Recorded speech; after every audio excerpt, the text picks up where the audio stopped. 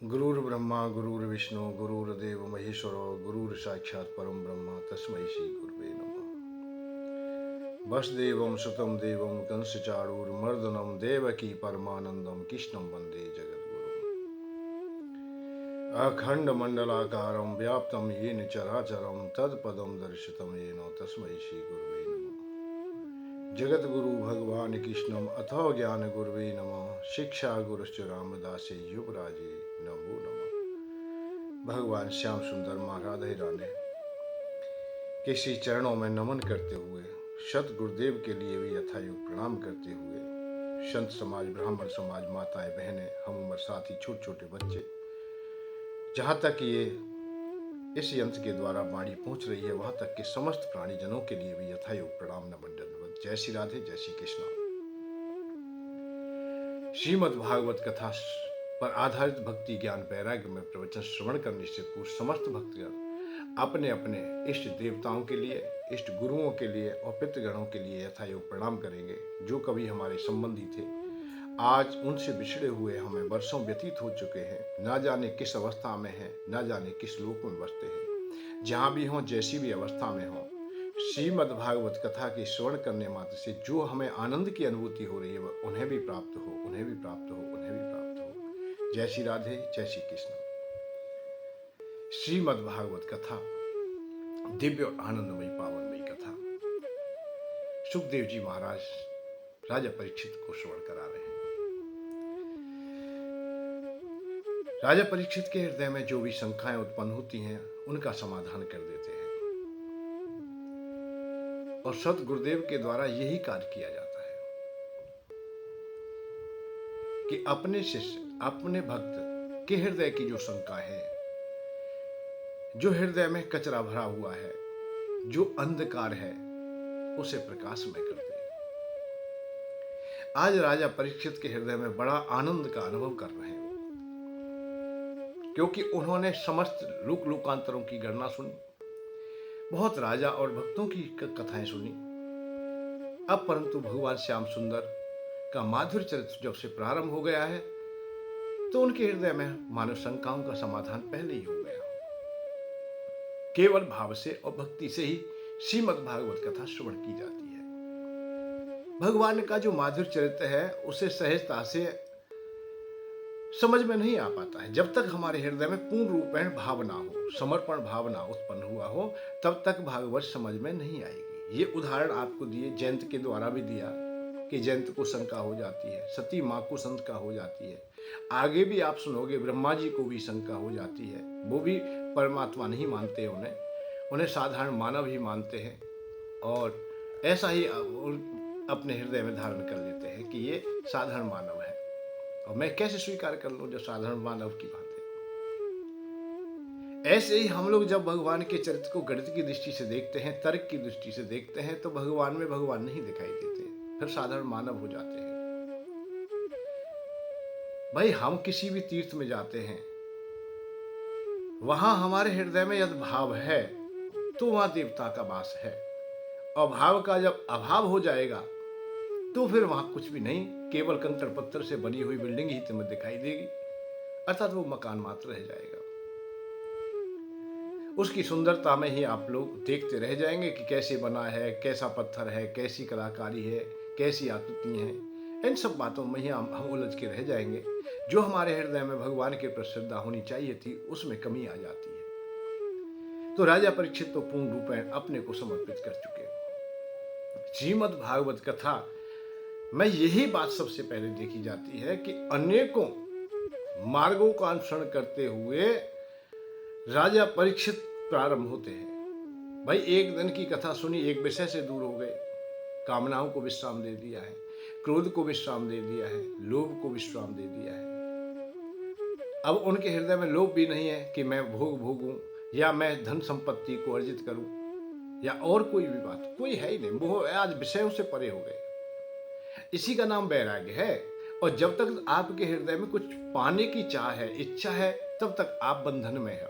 ये दो ही बातों को जानिए कि जब तक आप कुछ पाना चाहते हो, कर्तापन का भाव है कि मैं कर रहा हूं, तो आप बंधन में हो।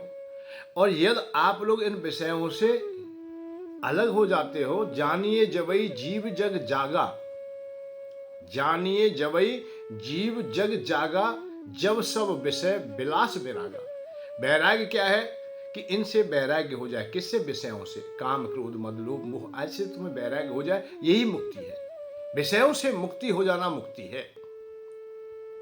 तो ये कैसे होता है भाई? सत्संग से होता है? निरंतर आप लोग सत्संग करते रहे, अभ्यासी हो जाए। जब होए सब संशय भंगा, जब बहुकाल करो सत्संगा। जब बहुत समय तक सत्संग चलता रहता है, आप लोग सतगुरुदेव के शरण में रहते हो, अपनी शंकाओं का समाधान पा लेते हो, तो संशय सब दूर हो जाते हैं। और कहीं अटकाव रह जाए तो फिर कहना ही क्या है भाई। लोभ, एक ही विषय रह जाए, थोड़ा लोभ ही रह जाए। पावत चाहत धन को कष्ट अनेक प्रकार, और धन वियोग ना सह सके समझे प्राण आधारे। यदि धन के प्रति भी तुम्हारा रह गया है, कुछ शेष रह गया है, इसलिए पहले यही कथा सुनाई जाती है कि शेष ना रहे। इसका भाव यह है कि पहले आप लोग अपने हृदय के जो भोग के प्रति तुम्हारी आसक्ति है, संसार के सुख सुविधाओं के प्रति तुम्हारी आसक्ति है, उसे पूर्ण कर लीजिए।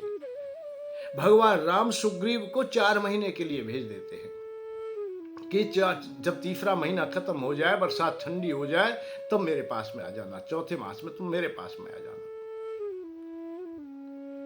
क्योंकि बहुत समय से आप लोग भोगों से वंचित रहे हो, इसलिए मेरे काम में तुम्हारा मन नहीं लगेगा। मन कब लगेगा? जब उस लक्ष्य को हम प्राप्त कर लेंगे। ये संसार की बात है। इन्हें प्राप्त करके वैराग्य होना, ये स्थायी वैराग्य है। और बलात् यदि आप वैराग्य धारण करते हो, हठ योग के द्वारा वैरागी हो जाते हो, तो हो सकता है कि कभी पुनः वो घटनाएं और दुर्घटना में बदल जाए। जैसे स्त्री के संग की चाह रह गई तुम्हारे हृदय में, तो कई संतों का ऐसा उदाहरण मिलता है। विश्वामित्र आदि की रह गई, सबके रह गई। ऐसे उदाहरण मिल जाते कि उन्होंने पुनः फिर गर्ग स्त्री को बसाया, संसार में परिणत हो गए। क्योंकि ये विषय कभी भी उत्पन्न हो सकते हैं। फिर चाहे देख के हो जाए, तुम्हारे पास में आ गए। जैसे मेनका आई गई है, उर्वशी आई गई है, जहां जहां देवता अप्सराएं आई हैं, तो आई है वो आकर के भी। ऐसे ही संत हो गए आप लोग, और धन का लोभ तुम्हारे हृदय में रह गया, धन का अभाव रह गया है, तो वो एक दिन संत बन गए तो धन तो आएगा। धनवीर तुम्हारा परीक्षण करेगा, कुबेर भगवान भी तुम्हारा परीक्षण करेंगे। भाई वैराग्य तो तभी मिलेगा तुम्हें। तो धन आने लगता है, और बहुत धन आता है, इतना धन आ जाता है जिसकी कोई सीमा नहीं। अब उसे बटोरने की चिंता लग जाती है, सुरक्षित रखने की चिंता लग जाती है, फिर वो मकान दुकान बनाने लग जाते हैं, बड़े बड़े आश्रम बनाने लग जाते हैं। तो यही राग में परिणत हो जाते हैं। अतः वैराग्य नहीं हो पाता है। वैराग्य नहीं है तो आप मुक्त भी नहीं है। जब ही हो सब संत, जब बहु काल तक सत्संग करेंगे, और जब ही तुम्हारा जानिए जब ही जीव जग जागा। जब समझिए कि अब जीव को शांति का मार्ग मिला है, या प्रकाश की ओर आया है, जब सब विषय विलास वैराग्य, जब विषयों से वैराग्य हो जाए। और यदि अटकाव रहा तो पावत चाहत धन को कष्ट अनेक प्रकार, धनी वियोग ना सह सके समझे प्राण आधार। धन का वियोग बड़ा कठिन हो जाता है, नहीं सह पाता है। पहले तो धन को, पावत चाहत धन को कष्ट अनेक प्रकार। पहले तो अपने हृदय में कामना ही हो जाए कि मैं धनी हो जाऊं, मैं धनवान हो जाऊं। नाना प्रकार के द्वंद्वों में पड़ जाता है, कहां कहां नहीं मन को दौड़ाता है, किस किस के सानिध्य में नहीं जाता है, किस किस की अगुवानी नहीं करता है, कितने लोगों से प्रार्थना करता है, कितने लोगों के सामने गिड़गिड़ाता है। अपने गांव नगर पत्नी बच्चों को छोड़ करके भी दूसरे देशों तक पहुंच जाता है कि मुझे धन प्राप्त हो जाए। और वो धन यदि मिल भी जाता है, किसी भी कारण से मिल जाता है, चातुरता से मिल जाता है, किसी भी प्रकार मिल जाता है, मिल भी सकता है धन, कोई बात नहीं है। पर वो जाने लगे तो समझे प्राण आधार। कभी कभी देखा है ऐसी घटना दुर्घटनाएं हो जाती हैं कि धन जाने लगता है तो लोग आत्महत्या तक कर लेते हैं, या बदमाश लोग उसे छीन रहे तो वह धन नहीं छोड़ूंगा, चाहे कुछ भी हो जाए, वो गोली मार दे चाहे, पर धन नहीं दूंगा। समझे प्राण, अपने प्राणों की बाजी लगा देता है, नहीं छूट पाता है। यदि कहीं हानि हो गई है, व्यापार में घाटा चला गया है, धन कैसे भी नष्ट हो गया है, तो वो आत्महत्या तक कर लेते हैं, या रात दिन चिंता में डूब करके और ऐसे हो जाते हैं, कुछ समय के बाद ही चले जाते। बताते हैं कि वो बैठा बैठा रह गया, उसके अटैक हो गया, उसके ये हो गया, हृदय गति रुक गई। ये क्या है? यही अवस्था है कि हम लोग अपने भीतर से मजबूत नहीं हो पाए थे। इसलिए तुलसी बाबा बहुत उदाहरण देते हैं कि समाज में तुम जियो, भाई हानि आएगी, लाभ आता है तो हानि आएगी। लाभ तुम्हारे पास में आया है तो हानि भी आएगी, दोनों भैया आएंगे। जुड़वाए बहुत, जैसे एक सिक्के में दो आकृति होती है। एक रुपया आप उठाओगे, कोई सिक्का उठाओगे, उसमें दोनों अलग अलग है। तो दो पहलू है। धूप के साथ जैसे छाया है, ऐसे सुख के साथ भी भाई दुख है, आता तो माया है, माया चिपटी हुई है। आप दुख को कभी बुलाते नहीं, वो आ जाता है। तो जीवन में कष्ट तो आएंगे।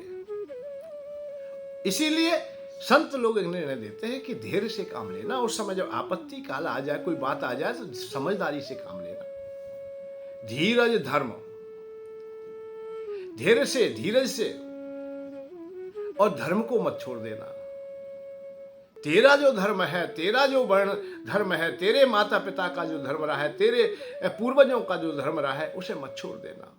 उसे छोड़ देगा तो भी तू रास्ते से भटक जाएगा। ब्राह्मण होकर के उल्टा सीधा खाने लगेगा, मदरा आदि का भी पान कर सकता है। जब आपत्ति काल आती है, बहुत लोग देखे ऐसे भटकते हुए, रास्ते से भटक जाते हैं तो मदराई पीने लगते हैं, उल्टा सीधा नशा करने लगते हैं, रात दिन चिंता में डूबे रहते हैं। धर्म से भी गया और कर्म से भी चला जाता है, वर्ण व्यवस्था से चला जाता है। फिर उसके पास में कोई पतवार नहीं रहता है, स्वयं भी दूषित हो गया है, धन तो चला ही गया, सब अब सब नष्ट हो जाता है। तो इसलिए तुलसी बाबा कहते हैं धीरज, धीरज धैर्य धारण करे, धर्म धर्म को भी धारण करे। आपत्ति काल में ये और एक बात बताए तुम्हें, अब नारी की बात और मित्र की बात, ये दोनों साथ देंगे तुम्हारा। तुम ये धार्मिक हो, धर्म को तुमने नहीं छोड़ा है, सच्चाई को नहीं छोड़ा है और धैर्य को नहीं खोया है, तो ये भी तुम्हारा साथ देंगे, तुम्हारा निश्चित देंगे। आप में ही कमी हो गई, पहले आपके पास धैर्य नहीं है, आपके पास संतोष नहीं है, आप नाना प्रकार के रास्तों से भटक गए, तो पत्नी क्या करेगी? फिर ऐसे मित्र का कौन सहायता करेगा, कौन सहायक होगा? तो धीरज धर्म मित्र और नारी, आपत्काल पर आपत्ति आ सकती है, तो उस समय धैर्य की जरूरत है। परंतु नहीं, हम तो चाहे मरना जब स्वीकार कर लिया जाता है तो बहुत है। धन भी योग ना सह सके, समझे प्राण आधार, प्राण आधार समझ लेता है। ये हमारी आस्था है, अर्थात हमारा लोभ है कि हम धन को पाते रहे, हम संसार को पाते रहे, संसार को हम छोड़े नहीं। ये जब हमारी कामनाएं होती हैं तो वही हमारे बंधन में बांध लेने वाली होती हैं, हमें वो बांध लेती हैं। भाई लोभी हो, परंतु इतना नहीं हो। और जो लोभ में अंधे हो जाते हैं, अत्यंत लोभ जब हृदय में समा जाता है तो सर्वनाश कर देता है, बेकार कर देता है। हम प्रकृति से भी उदाहरण ले सकते हैं, दुनिया से उदाहरण ले सकते हैं कि लोभ में जो आ जाता है, जो अपने धन को छुपाता है। कभी कभी ऐसा भी होता है, हम धन की भी बात जब गति को देखते हैं तो 2-3 प्रकार से धन को खर्च किया जाता है। भाई एक तो अपने भोगों में कर ले कि भाई हमें शादी करनी है, विवाह करना है, मकान बनाना है, आदि करना है, ये सब काम करने हैं हमें। फिर दूसरी बात आ जाती है कि दान पुण्य में कर लीजिए। शास्त्र तो यही कहते हैं कि पहली पंक्ति में दान ही आता है, सो धन धन्य प्रथम गति जाकी। पहली गति है कि दान कर ले, पुण्य कर ले। दूसरी है भोग कर ले, अर्थात भोगों में अर्जित कर ले। तीसरी गति है उसे जमा कर दे, जमा कर देगा तो नाश में चली जाएगी। ये तीसरी गति को अच्छा नहीं माना है, इसलिए तीसरी गति के लिए स्थान विशेष नहीं दिया गया है। पर हम क्या करते हैं, भोग, कितने लोग देखे होंगे, पैसा होते हो भोग भी नहीं भोगते, खाते भी नहीं, बच्चों को नहीं देते, मकान दुकान अच्छा नहीं बनाते, गाड़ी घोड़ा की व्यवस्था नहीं करते, धन को जमा ही जमा करने में लगे, खाते भी नहीं है, पेट तक में नहीं खाते। कहीं जाना है तो ये प्रयत्न करते हैं कि कैसे भी फ्री के वाहन में बैठ के चला जाऊं, टिकट भी ना लो। तो ये अवस्थाएं हो जाती है, लोग देखते हैं हम लोग। और दान की तो बात ही नहीं है कि दान कर दे, अरे बड़ा कठिन काम है, दान तो कर ही नहीं सकता है, इतना कंजूस हो जाता है कि दान नहीं करता है, जबकि दान करना चाहिए। परंतु शास्त्र कहता है सो धन धन प्रथम गति जाकी, पहली गति उसी की श्रेष्ठ है जो दान में लग जाता है जीवन। पर दान में भैया नहीं कर पाते, आज की अवस्था को देखते हुए दान तो बड़ा कठिन काम है। तो इसलिए भैया दोबारा हम पीछे कर लेंगे, पहले हम खा पी ले, पहले हम भोजन कर ले, भोजन बचेगा तो हम दान कर देंगे, यहां तक तो कर लेना चाहिए। पर नहीं, भोजन भी हमने कर लिया है और बचा है तो हम दान फिर भी नहीं करेंगे, हम जमा कर देंगे। अरे वो सड़ जाएगा भाई, वो किसी काम का नहीं है, कल तुम्हारे काम नहीं आएगा, परसों तुम्हारे काम नहीं आएगा। यदि बासी को खाओगे तो तुम भी दूषित हो जाओगे, बेकार हो जाओगे, तुम्हें भी वो सड़ा देगा। इसलिए अपने भोग के उपरांत तो कम से कम दान कर लीजिए, पुण्य कर लीजिए, जो बच रहा है उसमें से तो दे दीजिए। और श्रेष्ठता तो वही पाते हैं जो कि संतोषी होते हैं, अर्थात धीरे से काम लेते हैं, जिनको कछु न चाहिए, चाहा गई चिंता गई मनवा भी परवाह, जिनको कछु न चाहिए वो ही सहनसा। चाह चली जाए, चाह कम हो जाए, राजा परीक्षित के हृदय की चाह चली गई है, इच्छा चली गई है, अब कामनाएं नहीं है, कोई भी भोग भोगने की कामना नहीं है। उसका परिणाम है कि भगवान श्याम सुंदर का माधुर्य चरित सुनेंगे।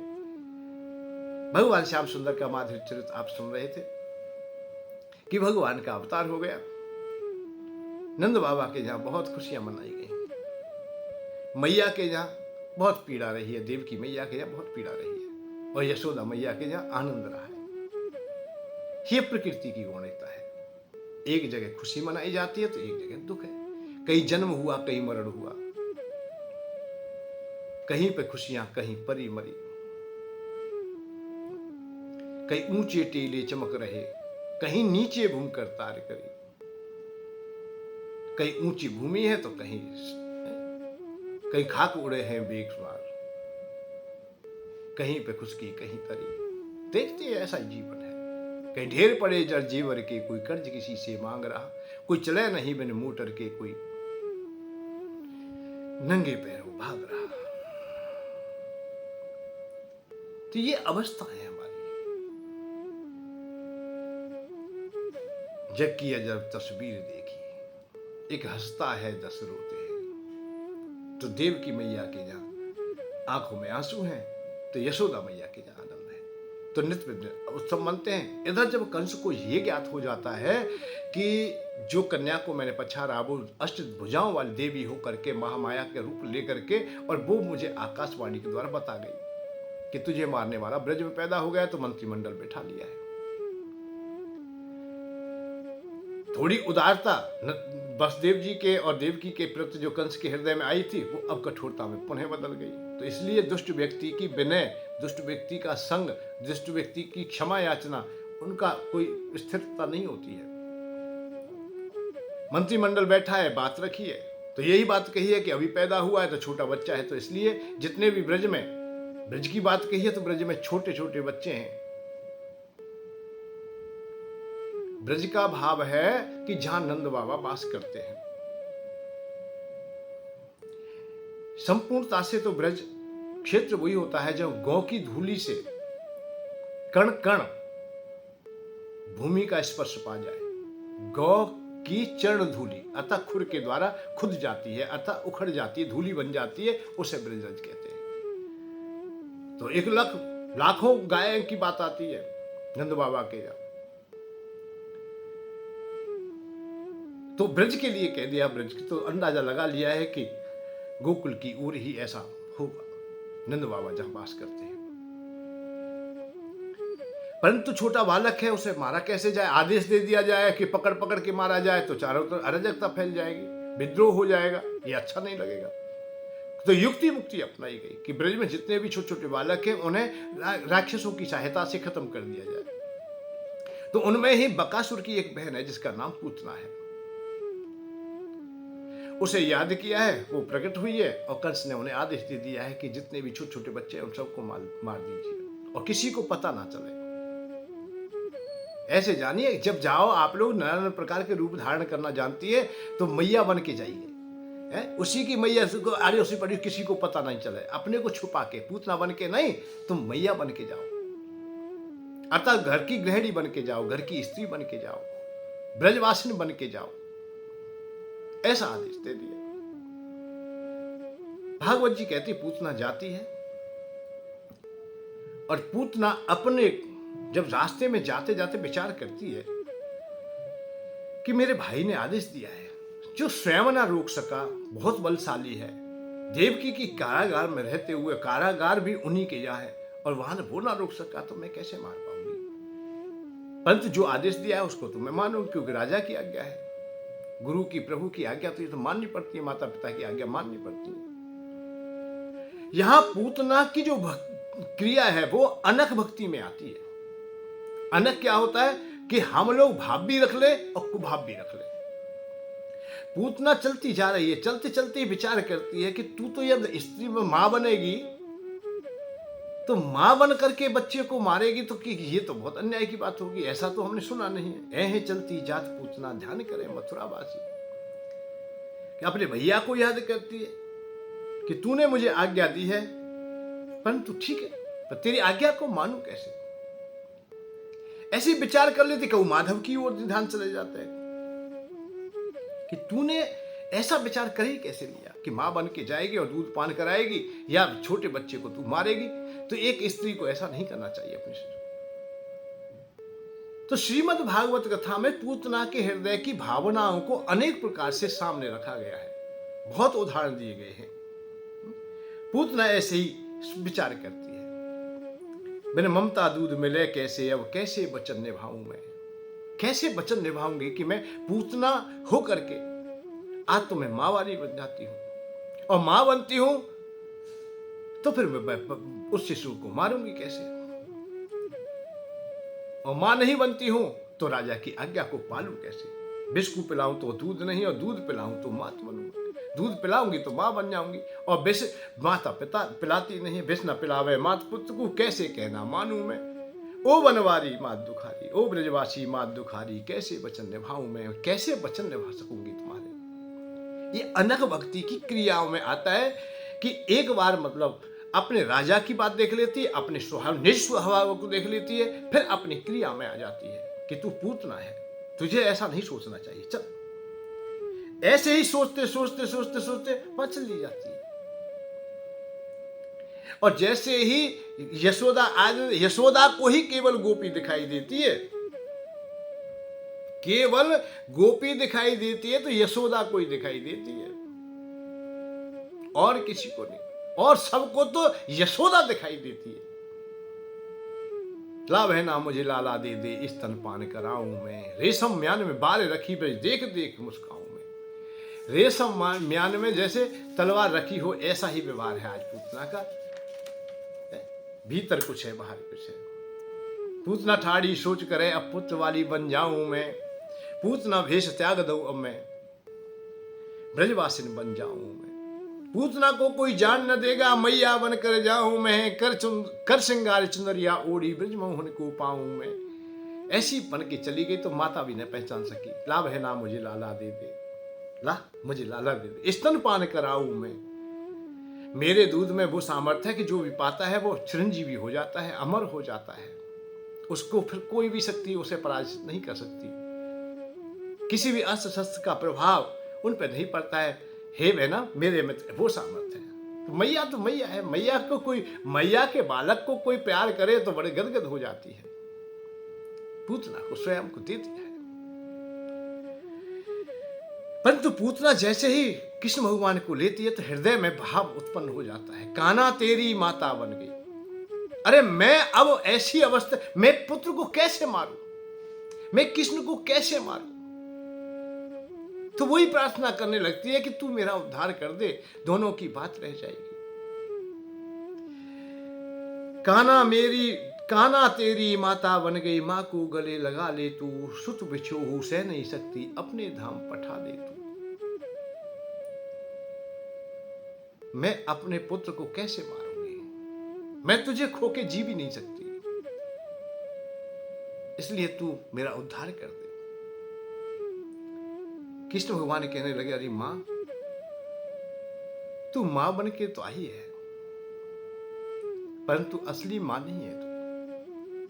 असली तो तेरा जो रूप स्वरूप है वो पूतना का है। शायद तुझे उद्धार चाहिए, तुझे कल्याण चाहिए, और मेरी तो एक शर्त है कि मेरे सामने कोई आए और छिपाव रखे। भाई मेरी तो संतान है सब, मुझसे छुपाना क्या है?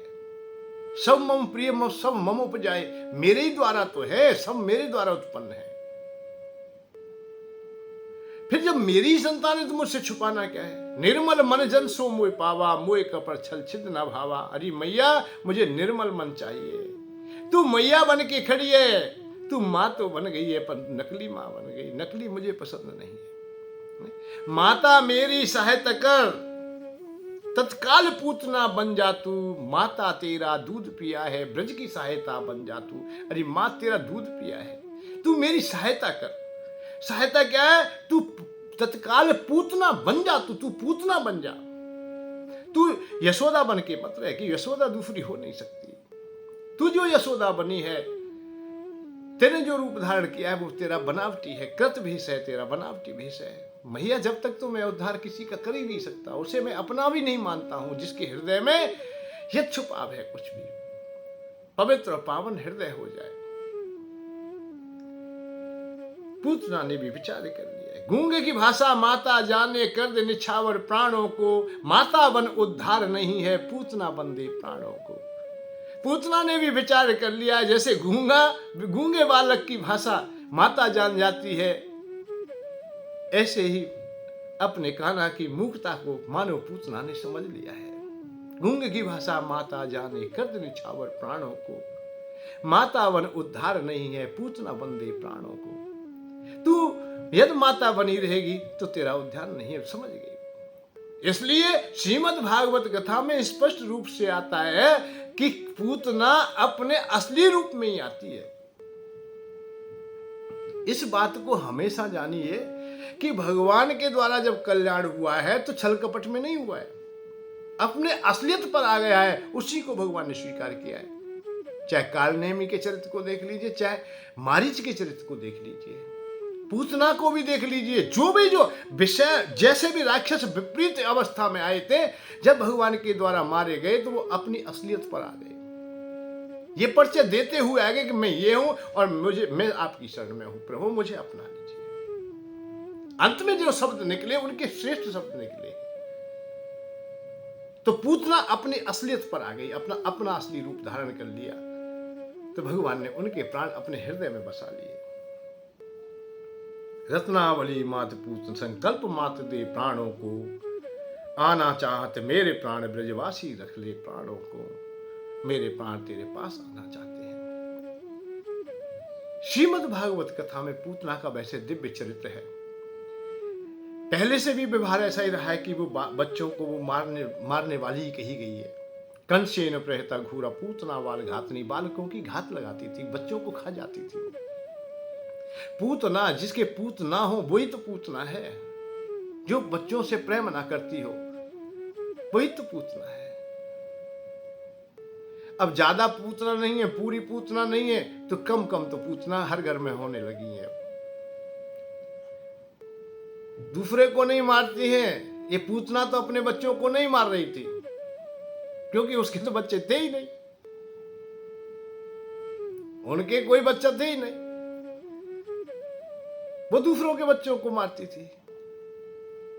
उन माताओं को क्या कहें जो अपने ही बच्चों को मार देती है। अरे भगवान, घरों में ही मार देती है जब तक उस बच्चे ने कोई अपराध भी नहीं किया है, कुछ भी कोई अपराध नहीं किया, कुछ चाहा भी नहीं, घरों में आया उसी समय मार दिया। ऐसी है। एक संतान हो गई, उसके बाद में जितने भी ऋतुएं आई वो सब व्यर्थ हो गई। बड़ी कठिनाई से 2 संतान कर ली हैं। प्रकृति को वही रोक दिया है। प्रकृति को रोकोगे, प्रवृत्ति तुम्हारी बदल जाएगी, और प्रवृत्ति बदलेगी तो संस्कृति भी बदल जाएगी, संस्कृति बदलेगी तो निवृत्ति बदल जाएगी, तुम्हारा सब कुछ बदल जाएगा। आप लोग नरक की व्यवस्था कर लोगे, आप दुख की व्यवस्था कर लोगे, संकट की व्यवस्था कर लोगे, देश और धर्म पर जो आंच आने वाली है उन अवस्थाओं को भी ना समझ सकोगे। आज क्षणिक सुख के लिए अपनी संतति को तुम नहीं आने देते धराधाम में, उसे रोक देते हो, बलात् रोक देते हो, संतान पैदा नहीं होने देते। ये अच्छी बात नहीं, ये भी अपराध है। नपुंसक होना भी अपराध है, गर्भ शिशु का वध करना भी अपराध है, और संतान के वेग को रोकना भी अपराध है। हम भी अब पूतना से कम नहीं है, ये व्यवहार समझ लीजिए। आप लोग संक्षेप में समझें या वैसे समझें, हम केवल अपनी चातुरता के कारण ही कह देते हैं कि अंडे में, भाई अंडे में कोई जीव नहीं होता है, जबकि अंडा नहीं है तो मुर्गी आएगी कहां से? गर्भस्थ शिशु को पलने नहीं देते, और गर्भस्थ शिशु पल भी जाता है तो जल्दी से नहीं, अभी तो महीना 2 महीने का है, अभी कुछ नहीं है, गिर देते हैं। बहुत उदाहरण ऐसे। देश और धर्म को आवश्यकता है, संतति की भी आवश्यकता है, प्रकृति को आवश्यकता है। अरे प्रकृति तो संतुलन आप कर लेगी। कितनी बार प्रकृति में बहुत संतानें बढ़ गई, बहुत जनसंख्या बढ़ गई है, प्रकृति आप कर लेती है, अपना संतुलन आप बना लेती है, तो आप क्यों चिंता करते हो? केवल चिंता है तुम्हें इस संसार के क्षणिक भोगों की, कि ज्यादा संतान होगी तो भोग नहीं भोग पाएंगे। धुंधली की तरह हम विचार कर लेते हैं कि मेरे संतान होगी तो कुरूपता छा जाएगी, अर्थात मेरी सुंदरता चली जाएगी, या भोगों में कमी आ जाएगी, हम अच्छी प्रकार से भोग ना भोग पाएंगे। ये हमारी मंद बुद्धि है, क्योंकि शास्त्र नहीं पढ़ते और उनका अनुसरण नहीं करते, इसीलिए हम दुखालय में पड़ जाते हैं। कोशिश कीजिए, प्रयत्न कीजिए कि हम शास्त्रों का अध्ययन करें, संत महात्माओं का अध्ययन करें, अच्छे सत्संगी हों, हम अच्छी जगह बैठें।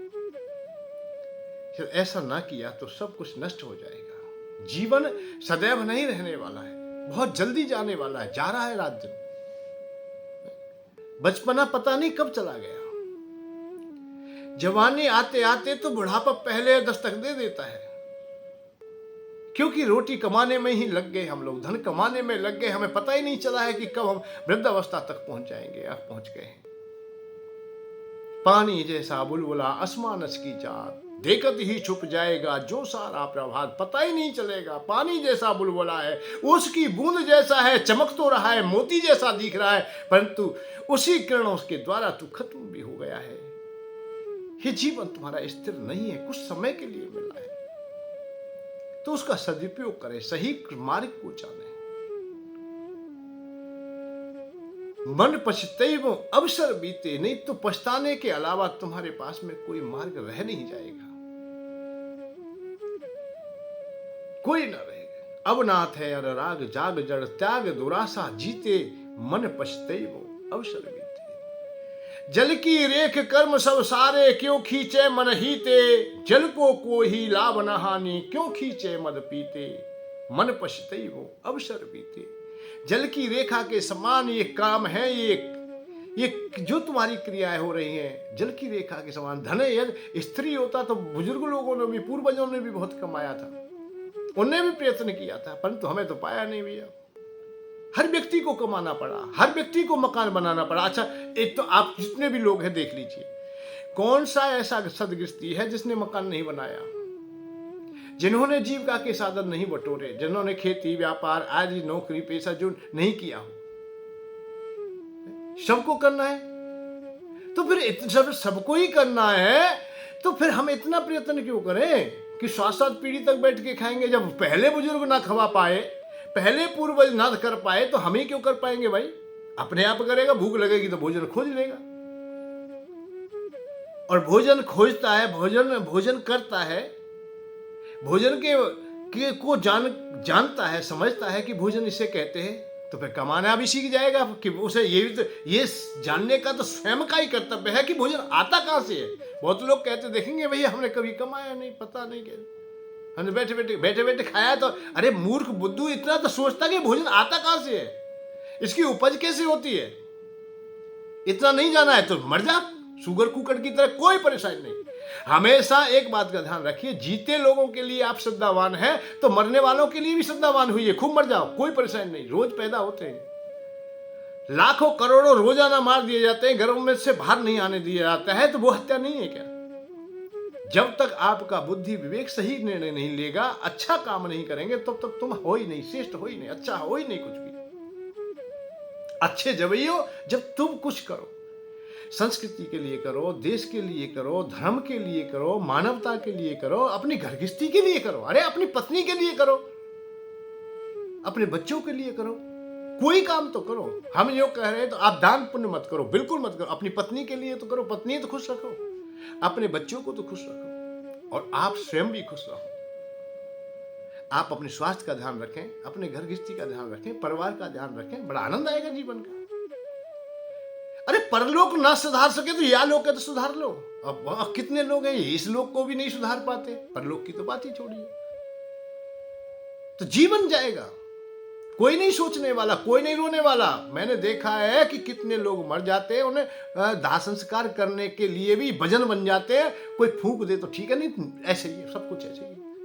कोई 2 दिन बैठने के लिए तैयार नहीं है, तुम्हारे बच्चे भी बैठने के लिए तैयार नहीं। तुम लायक संतति नहीं बनाई तुमने, या तुम लायक पता नहीं हो पाए, तो तुम्हारे बेटे 10-12 दिन बैठेंगे नहीं। बैठते हैं तो उन्हें जोर पड़ता है कि ये और मर गया, ये और 12 दिन के लिए कलेश लगा दिया, ऐसे तो छोटे छोटे कर दी। 3 दिन ही ठीक है, 2 ही दिन ठीक है, जिस दिन ही ठीक है, अरे मर गया, चला गया। उसने किया क्या हमारे बाप ने? हमारा बाप कोई ठीक थोड़ी था। कितने लोग मिल जाएंगे ऐसे। इसलिए अब ना थे अनुराग जाग जड़, जाग अभी जाग, अपने को समझ। समय जाए फिर समय न आवे, ना पावे नग दीते, मन पछते वो अवसर बीते। समय चला जाएगा फिर नहीं आएगा। कितना भी पैसा लौटाया जाए, कितना भी लुटाया जाए, किसी को दिया जाए, परंतु एक क्षण भी तुम नहीं प्राप्त कर सकोगे कि हम अंतिम समय में भजन कर लेंगे, अंतिम समय में भगवान को चिंतन कर लेंगे, दान पुण्य यज्ञ कर लेंगे।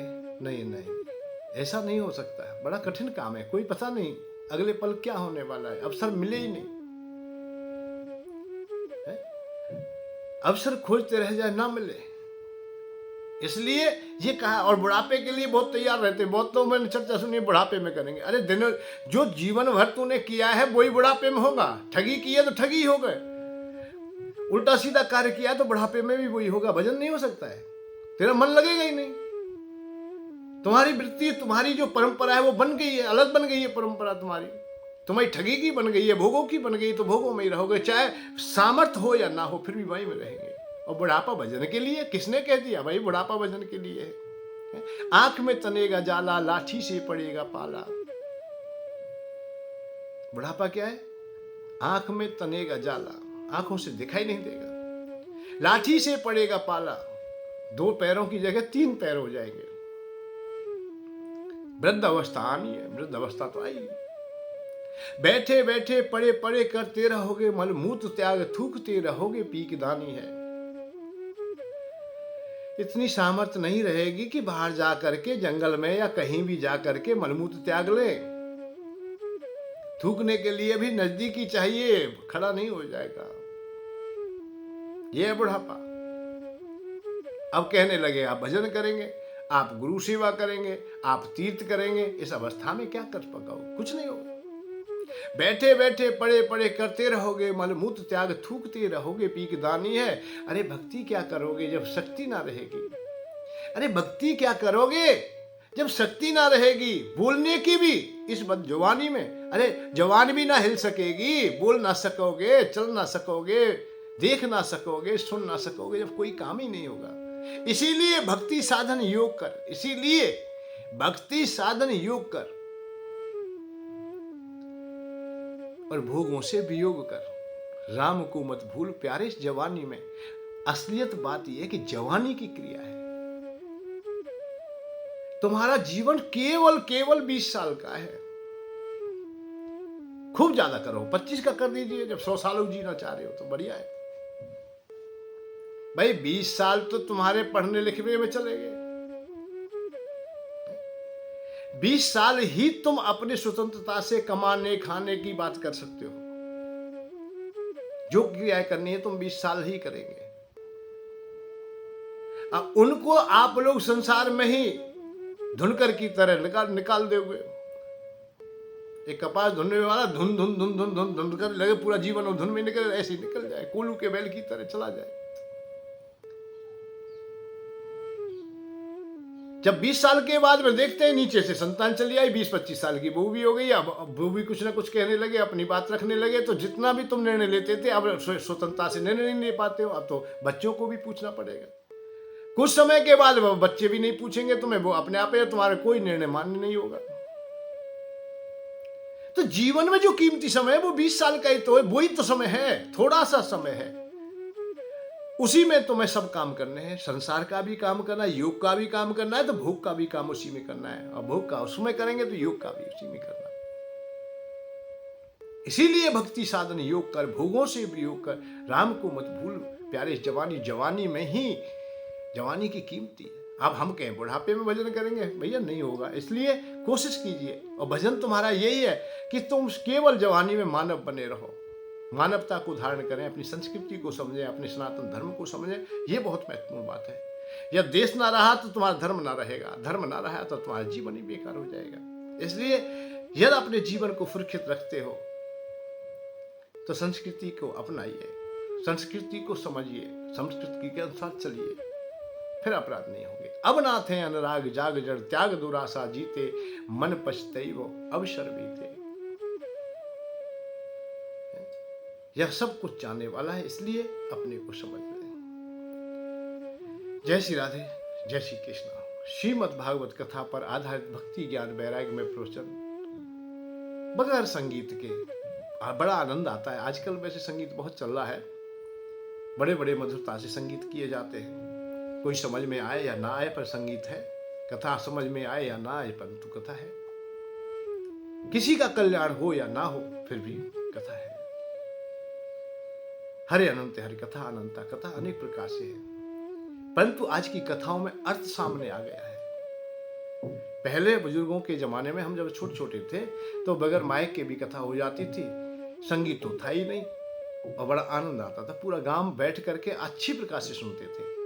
अपने अपने घर से बैठने के लिए आसन ले आते थे, हाथ में अपने में पंखा ले आते थे बीजना, और कर रहे हैं और कथा कह रहे बनी, खूब आनंद आता था। भजो राधे गोविंद, भजो राधे गोविंदा, मुरली मनोहर सावरे, भजो राधे गोविंदा। इस प्रकार के भजन थे। और बता, गोविंद हरि गोपाल हरि, जय जय प्रभु दीन दयालु हरि। इस प्रकार के भजन आराम से गाए जाते थे और ताली बजा लेते थे। गांव के ही सब लोग झांझ मजीरा बजा लेते, बड़ा आनंद आता था, बड़ी करुणा बहती थी, और शाम को प्रसाद मिल जाता था, बड़े सब लोग गदगद हो जाते थे। हम जब छोटे छोटे थे तो दौड़ दौड़ के प्रसाद लेते, कई बार प्रसाद लेते। तो ये श्रीमद् भागवत कथा में बड़ा आनंद आता था, परंतु आज तो भैया बड़ी हो गई, क्योंकि इसमें अर्थ जुड़ गया है, पैसा जुड़ गया है। अब तो वक्ता को भी ज्यादा पैसा चाहिए, और माइक आदि का भी जो खर्चा है, संगीत वगैरह, ये भी बहुत पैसा है, लाखों रुपए की व्यवस्था चाहिए। तो इसलिए अब हमारे जो अनुष्ठान है वो नहीं हो पाते। ऐसी हमें परंपरा बनानी पड़ेगी, पुनः दोबारा से हमें चलना पड़ेगा संस्कृति और धर्म को जानने के लिए, कि सबसे पहले अर्थ को कम कीजिए, इसमें से हटाइए, जिससे कि हर व्यक्ति श्रीमद् भागवत कथा सुन सके, करा सके अनुष्ठान, जिससे कि अपने पितृगणों को तार सके, अपनी संस्कृति को मजबूत कर सके, समझ सके, जान सके। तो इसलिए अर्थ को हटा दीजिए। सबसे पहले तो संगीत, जो संगीत आ रहा है आज, ये सबसे ज्यादा पैसा खर्च कर रहा है। साधारण माइक से भी कथा हो सकती है, आप लोग सुन लेंगे, अरे 10-20 जितने भी लोग बैठते हैं सब सुन लेंगे। कोई विशेष बात नहीं है कि लंबा ही काम किया जाए। लाख 2-2 लाख रुपए माइक ही लग रहे हैं, ऐसे पंडाल देखे मैंने। अब बताइए, 50-50, 40-40 लाख रुपया कथा में लग रहे हैं, और हाउ हल्ला करके चले गए, ना तो जजमाने कुछ मिला, और वक्ता जो कुछ मिल गया होगा पता नहीं, पर ना तो वो शांति वक्ता ले पाया है और ना शांति श्रोता ले पाए हैं। तो ऐसे नहीं, धर्म की स्थापना तो समझदारी से होगी और समझना पड़ेगा। जय श्री राधे, जय श्री कृष्ण, सभी के लिए था जय श्री। धन के साथ धर्म की ओर, सुख की खोज।